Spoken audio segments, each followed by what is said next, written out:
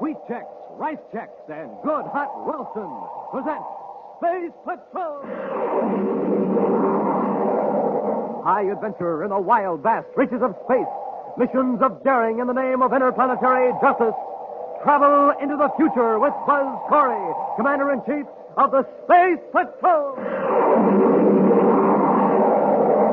In today's transcribed adventure, Buzz and Happy are stranded on the Martian desert, 100 miles from the nearest city. They've just come to an expanse of tiny green plants, carpeting the desert for miles. Something's wrong with my throat, Commander. It feels tight. It's hard to breathe. Mine's the same way, Happy. It couldn't be the dust coming up from the ground, No, it comes from the plants.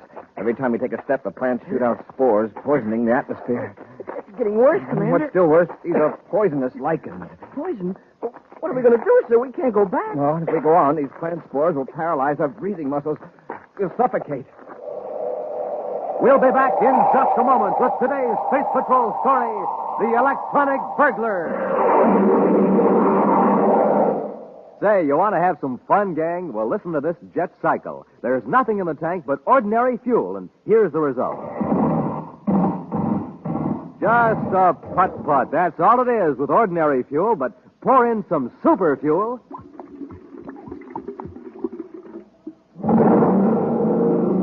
Wow, that jet cycle is supercharged now. Yes, sir, gang, when it comes to supercharging, you need super fuel. And the same thing is true of you, especially in the morning when you haven't had a bite to eat for hours. So to really get up ahead of steam, to really get set for a lightning takeoff, you have to get supercharged. And here's Buzz Corry's way of doing it. He eats a good breakfast with Rice Checks or Wheat Checks, the super cereals that help to supercharge you. Bite-sized Checks. Checks, the cereals that taste so good. Checks, the cereals that are so crisp, so absolutely different. So take a tip from Buzz Corry. Eat a good breakfast with a super cereal and get supercharged. The super cereals, Rice Checks, Wheat Checks. Even on the man-made planet Terra itself, few citizens are aware of the existence of the Marist Design and Development Company. Yet from Mercury to Pluto, there's hardly a man, woman, or child whose life isn't made more secure and pleasant because of the engineering know-how in the creation of electronic devices by the Marist Company. And so when Howard Marist reported that his Terra offices had been burglarized, Commander Corry assumed personal charge of the investigation. Right now, Buzz and Happy are standing before the damaged door of the Marist Company vault, questioning the perplexed and worried executive, Howard Marist. I can't understand why the alarm system didn't work. I set it myself last night, just as I always do. How do you set it? There's a lock switch in my private office. Once that switch is set, nobody can force an entrance to the building without setting off the alarm. But what if somebody had the key to the outside doors? If they used it before regular opening time, even a key would set off the alarm. The only sign of force, inside or out, is at the vault door. Mr. Marist, are you positive you set the alarm switch last night? Absolutely. And the alarm did work, you know. Yes, but several hours too late. By the time our men got here, the metal on the Endurium door had cooled where the atomo torch had melted it. It's the most baffling thing I've ever run into, Commander. Mm-hmm. One fact is pretty clear, Mr. Marist. Yes, what's that? Whoever did this job was extremely familiar with your operations. Are you suggesting it was an inside job? Yeah, it almost had to be. Just look at what was taken. Yes, the anoscope plans. The most valuable thing in the vault. Excuse me, sir, but what is this anoscope? It's a device for detecting mineral deposits hundreds of feet underground. It's 10 times more efficient than any other instrument or method we have. Those plans, in the hands of someone who knows their value, are worth at least 1 million space credits. Wow. Oh, excuse me. Yes, Marist here. Oh, very well. Commander, I'm wanted in my office. Would you excuse me, please? Surely, Mr. Marist. Go ahead. Thank you.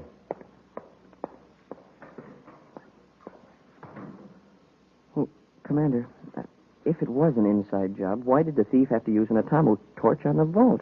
He got into the building without setting off the alarm. The alarm didn't go off until the thief was safely away. If I didn't know Marist so well, I'd suspect him of being involved in the robbery. Well, how about his chief engineer, Cheller? They both agreed to a brainograph test. I think they'll pass it.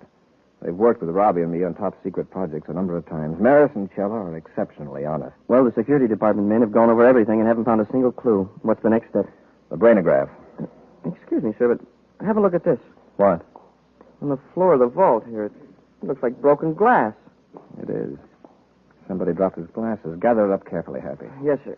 Well, there's hardly anything left but slivers. Don't cut yourself, but get all of it. Hey, Maris doesn't wear glasses. Neither does Cheller. Happy, don't mention this to anyone. We'll have a check made on Maris employees to see who does wear glasses.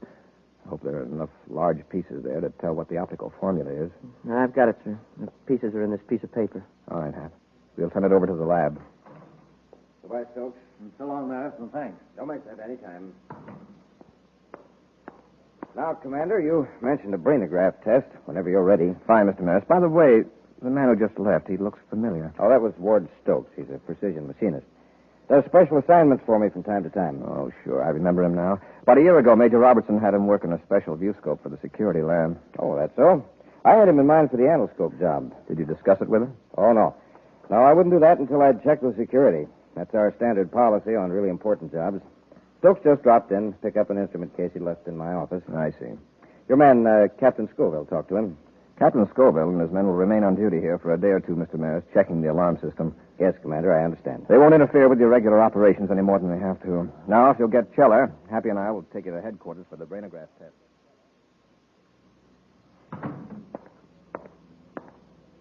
Oh, Stokes, you got the case all right. Yes, walked right into Maris' office. One of Corry's men gave me the once-over, but didn't even stop me. Has the case been tampered with? Oh, it was on the floor exactly where I left it yesterday. After all, it looks just like what it's supposed to be, an instrument case. Yes. Not even Buzz Corry would suspect this small box of being an electronic burglar. And now that we've got it back here, no one will ever suspect. Oh, I see you found your spare glasses. Yeah. You know, I've worn glasses for 30 years, and I never broke a pair till last night. And you never cracked a safe till last night either. Oh, did you? Well, if I did, I wouldn't have been so awkward when I removed the protective goggles. No. Well, it was a small price to pay for what we've got. Yes. That reminds me, you better put that robot burglar away and help me copy the anoscope design. Where do you want me to put the burglar? In the staging room for now. All right.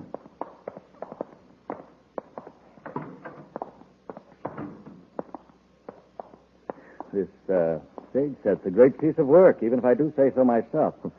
Startling duplicate of Merv's private office. Oh, it would have to be, wouldn't it? Otherwise, we couldn't have trained our mechanical helper to find the alarm switch in the real office. You know, I've made dozens of machines operated by electric eyes, but until you came along, it never occurred to me to, Yes, to make a machine that works for you instead of somebody else. Yes, Bartram, I guess that's it. The toughest part of the whole job was getting a hold of Maris' burglar alarm key long enough to make a duplicate. Maris doesn't suspect us. Corry doesn't suspect us. I'd say we pulled it off without a hitch. But now, we better get ready to blast off from Mars.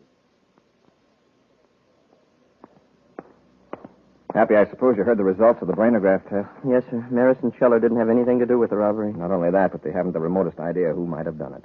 That's great, except that it doesn't help us much. Oh, how about the fragments of glasses? Well, the lab couldn't tell a thing. The boys did their best, but the pieces aren't big enough to indicate the optical formula. Oh, well. Maybe it wasn't a thief that dropped it there anyway. Maybe not. Maris says that he and Cheller are the only ones that go into the vault. We would get this clue just when our chief optical expert is in the hospital. Dr. Pricer? Yes.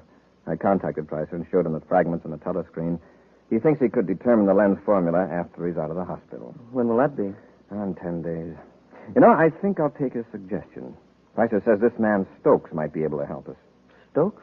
Oh, the fellow Maris was talking about? Yes. Stokes helped Pricer on some high-precision optical work a while back. Pricer thinks he's great. He could well be, with both Maris and Pricer raving about him. Now, let's pay him a visit, Happy, and see if he can put our glass jigsaw puzzle together.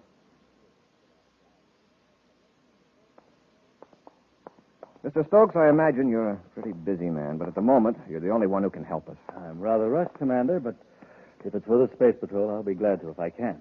I have some fragments of what apparently was once a pair of glasses. Can you determine the optical formula from these small pieces? Why, it would be rather difficult.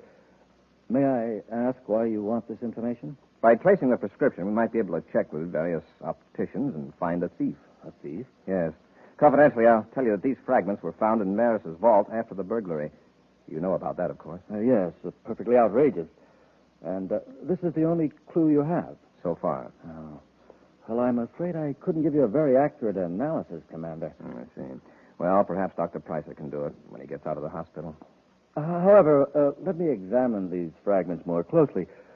Will you let me take them into my lab in the next room? Of course. It won't take me long to find out if further tests will be worthwhile. He didn't seem very interested at first, Commander. It's a challenge to his ingenuity. He'll probably help us. All these pictures of gadgets on the walls. Are these Stokes' inventions? I suppose so. Hey, come and look at this one, sir. The picture here by the door. All right. It's a miniature viewscope, no bigger than your hand. An amazing piece of construction. I'd like to see the actual thing. Hey, I wonder what's in this room here. Happy. Oh, well, I wasn't snooping, sir. I just thought... Hey, look at this. What is it? For a minute, I thought I'd been here before. But this is an exact duplicate of Maris's private office. It does look like it. Same furniture arrangement, same size, same fixtures. Yeah, maybe the same person designed the offices, and Maris's is just like Stokes. No, I don't think so, Happy. What do you mean, sir? These walls don't reach the ceiling. This is a room built inside a larger room, like a stage set. You're right. It seems kind of silly. It certainly does. And then Hey, what's that, Commander? machinery of some kind, but I don't see. Oh, it's that instrument case. The lid's opening. Look at it, Commander. Now the whole case is moving, rolling across the floor. I wonder what could have started that thing up. Now look, it's running a long rod up in the air. Yeah, very ingenious. A telescoping rod in sections with a key on the end of it. Sure like to have one of those things. It looks like it's on its way to unlock something. To unlock a mystery. Watch it closely, Happy. What am I going to tell him, Boucher? Well, tell him you can probably figure out the optical prescription. Then, in a day or two, give him a fake formula. Good. Then Corry will never be able to trace you. Go tell him and get him out of here. Yes. Commander, I've got good news for you. Commander, where are you? In here, Stokes. Oh. Happy and I are watching this fantastic gadget of yours. How does that thing get started? Here, I'll shut it off. No, wait. Let's see what it does. It's just a silly toy. I'll turn it off. Later, Stokes. But Commander. Hey, it acts like it's looking for something. Now it's heading right for that little doogie on the wall there. The lock switch. It's feeling for the keyhole. A very clever machine, Stokes. So that's how the alarm system was shut off. What do you mean? You can't deny this room is an exact replica of Maris's office. Suppose it is. Lots of offices are alike. I see. Then, of course, you won't mind taking a brainograph test. That'll be enough snooping, Corry. Get your hands off. You too, Cadet. Get their weapons, Stokes. Yes, Boucher. Keep behind them in case I have to use this ray gun. So you're Stokes' partner in the burglary. Boucher, huh? Hold them, Stokes. Confounded men, you should have locked the door. How did I know they'd be coming here? And that robot, how did it get started? The timing mechanism. I forgot to shut it off. So just 12 hours after the robbery, it started up again. Yes. In another 3 hours, the robot would turn the lock switch back on, move back to its original position, withdraw its wheels and levers, and become an innocent instrument case again. Too bad Stokes has such a good reputation as a precision machinist, or we'd never have come here. It is too bad, Corry. But I'm afraid it's too bad for you. What are we going to do with them? We can't dispose of them here on Terra. We'll take them to my lab on the Martian desert, where they'll never be found.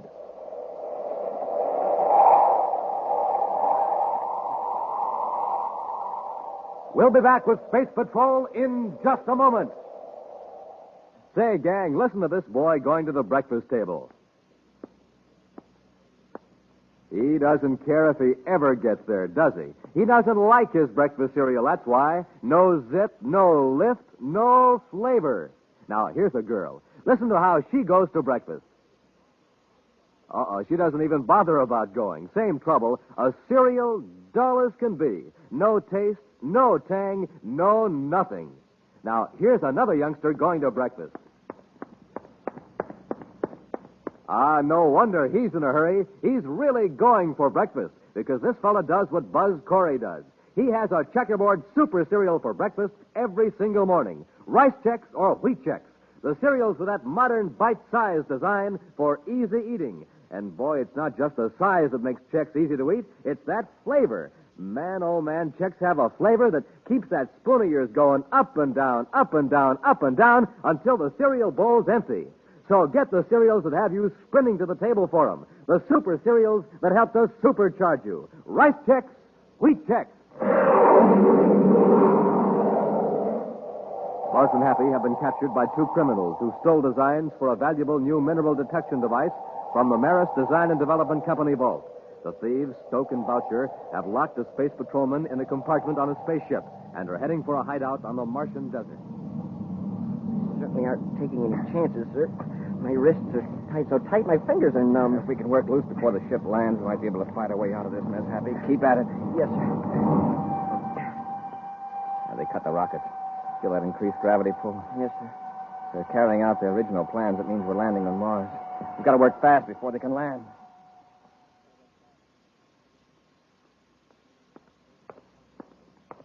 Unlock the compartment, Stokes. I'll keep them covered. All right. Now, you two on your feet. Let's check these ropes. Turn around. I said turn around. And I say something, I mean it, Corry. I'll remember that, Boucher. With the little time you got left, I suggest you dwell on more pleasant memories. Okay, the ropes are still tight. Get moving, you two.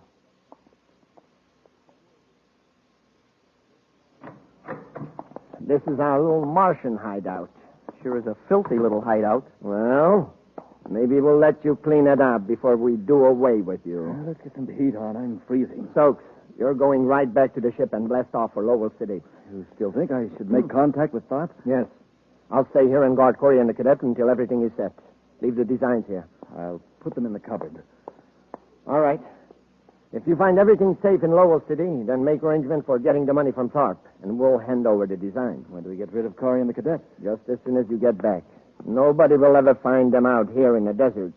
You better get going. Oh, I wanted to ask you a couple of things. Come out to the ship with me. Well, all right. I don't imagine you'll want to leave, Corry. But we'll lock the door just in case.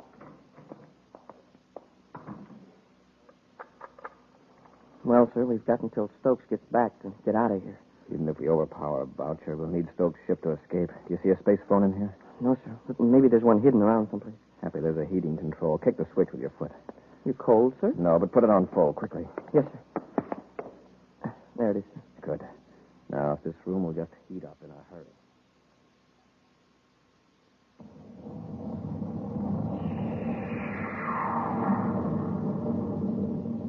Well, there goes Stokes. Now, when Boucher comes into this heated room, I have a hunch he'll have some trouble with his glasses. Huh? Coming in from the cold air, they'll fog up just like the windows. Hey, yeah, then we can rush him. The best we can hope to do is knock him down with a headlong dive until we can get our hands free. Here he comes. Get ready. Yes, sir. All right, gentlemen. Now we'll just relax. Oh, you got the heat on.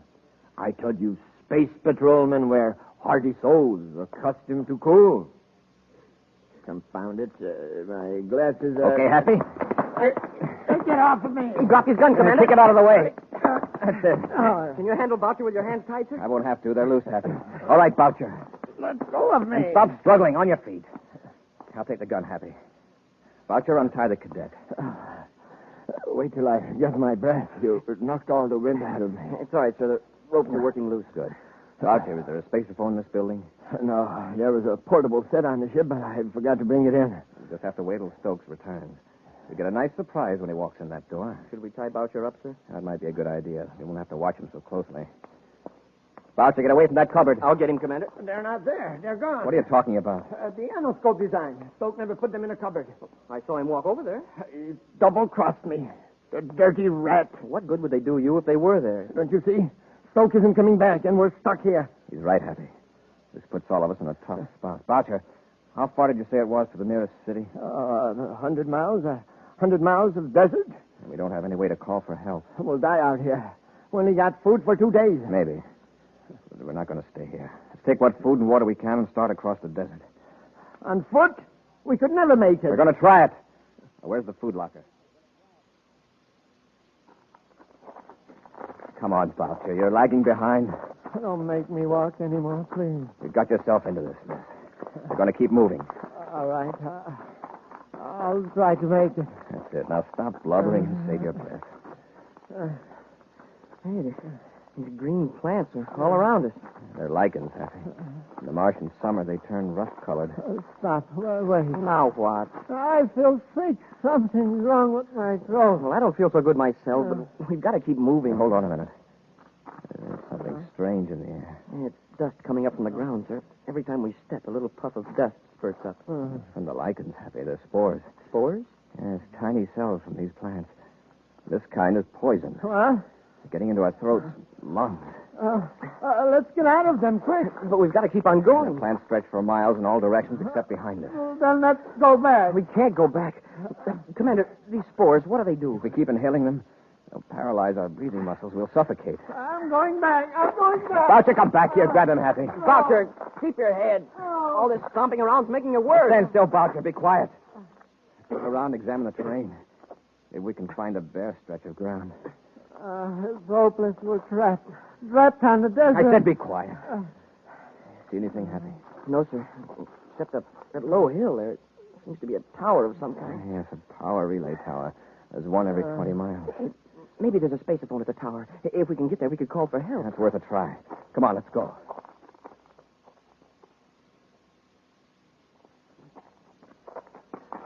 Come on, Boucher. Just a few yards more. I can hardly breathe. I don't see anything that looks like a spaceophone, Happy. Neither do I, sir. Just some wheels and gears. Those are to adjust the receiving and deflecting coils at the top of the tower. You mean we can't call for help after coming all this way? I'm afraid not. Then what good is this monstrosity? We'll all die here under the Look, tower. Boucher, lie down and rest a minute and keep quiet. Sir, by looking at the coils, can't we tell the direction to take to Lowell City? Yes, but it's straight across those poison lichens. Now, wait a minute. If we were to turn those wheels, it would interrupt the power beam. The beam would miss the next relay tower. Hey, yeah, they'd have to send somebody out to investigate. Well, then do it. Turn the wheels. Cut off the power. Boucher, do you realize that human lives may depend on that power beam? Well, what about our lives? Our lives depend on it, too. Turn it off. Well, what we might do, Happy, Turn it off. might deflect it slightly, just enough to register on the instruments at the monitor station. Well, how could we be sure we weren't turning it too far? See that dial? It points to 0. That means it's right on the beam. The red lines on either side are the danger limits.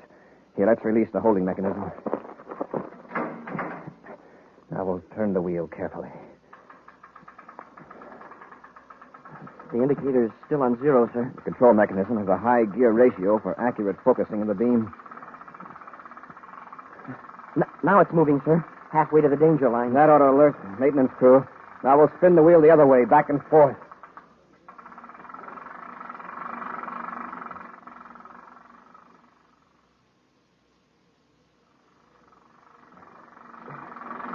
Want me to take over again, sir? You must be tired. All right, Happy. Thanks. You've been doing that for half an hour and nothing happened. Turn the beam off. Clear off. That's the only way to make them pay attention. It'll be dark in a little while. Nobody will be able to see us. Commander, look. It's an atmosphere ship. And it's headed right for the tower. Well, wait for them. Make sure he sees us. He'll see us, don't worry. It's a power commission ship, all right, sir. See the big red circle on the hull? All right, Happy. He's coming in for a landing. Set the indicator back to 0. There it is, sir. I'll lock it in place. Control secured, sir. All right, let's get to the ship. We've got an appointment with Stokes in Lowell City.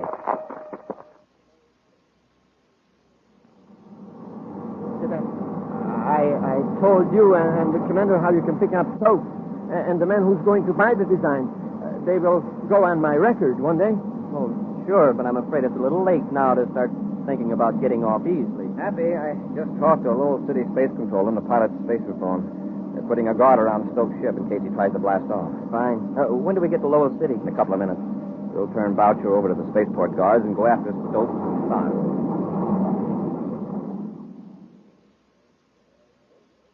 Well, Stokes, the design seemed to be complete. They're all there, Mr. Tharp. And now I'd like my money. Of course. I'm glad you and Boucher changed your minds and made a straightforward business deal. The original plan was just a precaution in case we were being followed. But everything worked out so well. All right, Stokes. I'll take those plans. Corry. Get Tharp, Happy. I'll handle Stokes. Yes, sir. Where do you think you're going? All right, Stokes. Had enough? Oh, yes, Corey. Let up. I've got Tharp, Commander. Keep them covered. I'll get the anoscope design. Yes, sir. All right, Stokes. Move over next to your partner. Just tell me one thing. How did you get out of the desert? Well, Commander, why don't we let Boucher explain that to him? It'll give them something to talk about for the next several years they're going to be spending together. We'll be back with an action preview of next week's exciting Space Patrol story in just a moment. Say, you want to hear something funny? Well, listen to this.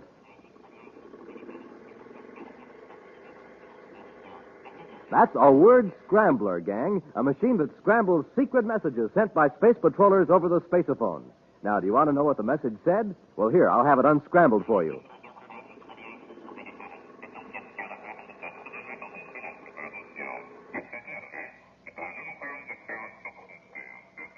To get supercharged, eat a good breakfast with Instant Ralston. That's one of the most important messages a space patroller ever sent. Yes, sir, when you sit down to a good breakfast with good hot Ralston, well, boy, oh boy, that's your day to shine. For Instant Ralston packs a wallop in every spoonful. It's rich whole wheat. Remember, rich whole wheat. That means it'll warm up your motor, tune up your thinker, help start off your day with a bang. Yes, that's the kind of start Buzz Corry gets. That's the kind of start you need to be a winner just like him. So come on, Space Patrollers, get supercharged. Eat a good breakfast with good hot Ralston. And now for a preview of next week's exciting Space Patrol story. Buzz and Happy are on Venus on a farm where food is chemically grown in large tanks. As they walk toward a building where Tonga is held captive, huge sun mirrors atop several tall towers turn ominously toward them. Smoke and rockets, Commander. It's really getting hot all of a sudden. Yes, waves of heat. Even for Venus, this is unusual. Oh, my eyes. What a glare. Happy, don't look at those reflectors. They'll blind you. Let's run for the building and get out of this sun. Hap, look out. They're focusing those sun mirrors on us. A whole battery of them are pointed right toward us. Maybe we can dodge them. Run back this way. Commander, they've got us surrounded by those heat beams, and they're closing in. If they hit us with all those at once, we're finished for good. Be sure to be with us next Saturday for the exciting story, The Space Shark, when wheat checks, rice checks, and good hot Ralston again bring you Space Patrol! And now here's a message from Commander Buzz Corry. Here's a little riddle. What is it that is scarce, valuable, and necessary, yet given away free? The answer is blood, the gift of life. Yes, when grown-ups give blood at the Red Cross Center, they don't receive money, but they do receive the wonderful, deep-felt satisfaction of knowing they helped save a life. Now, how would you like to help me get more people to save lives? Join my Space Patrol Blood Boosters. It's lots of fun, so how about it? Join today. Space Patrol, an original Mike Moser production, starring Ed Kemmer as Commander Corry and Lynn Osborn as Cadet Happy, was written by Lou Houston and directed by Larry Robertson. Other players were Bela Kovac, Ken Mayer, and Norman Jolly. Dick Tufeld speaking. Now, don't forget to tune in next Saturday and every Saturday when wheat checks, rice checks, and good hot Ralston again present the new exciting Space Patrol! And be sure to see another exciting Space Patrol story on your local ABC television station. Consult your local paper for time and channel. Space Patrol comes to you transcribed from Hollywood. This is ABC Radio Network.